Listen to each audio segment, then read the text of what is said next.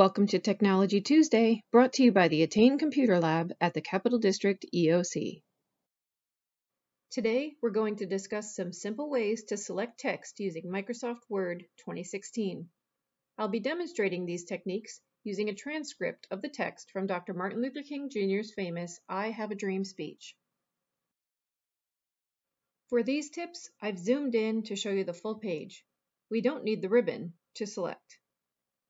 You may be familiar with clicking near a word and dragging over it while holding the mouse button.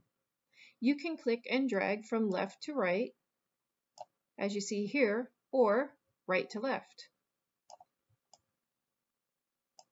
If you want to select a whole paragraph, you can click at the beginning and drag over all the rows by pulling your mouse down and to the right, or in the opposite direction, start at the end of the paragraph and pull your mouse to the left and upward.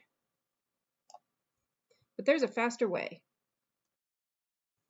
Did you know that if you do 2 quick clicks, a double click on a word, it will select it?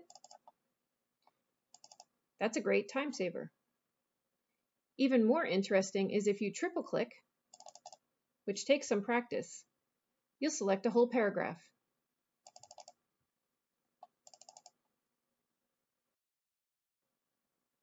Did you notice when you first select text, a little pop-up dialog box appears? This is a shortcut.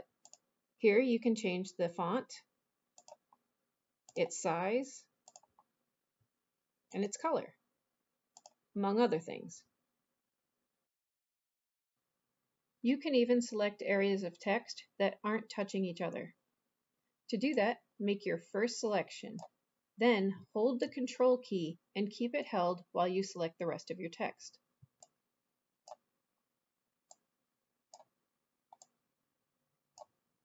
When you're done making your selections, let go of the Control key. Then make any of your text edits that you wish. Have you ever had trouble putting your cursor at the beginning of a paragraph? If I wanted my cursor to blink here, before the word 5, I want to use a cursor that looks like an I-bar.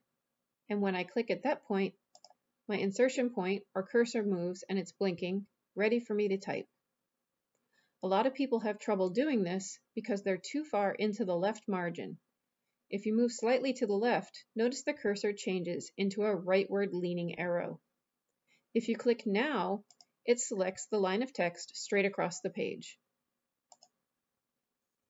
Quite different than the I-bar. After you're done with your selection and you no longer need the word selected, how do you deselect? Well, the answer is actually very easy in Microsoft Word. You may have seen me do it earlier in this video. You just click somewhere else in the document, outside of your selection.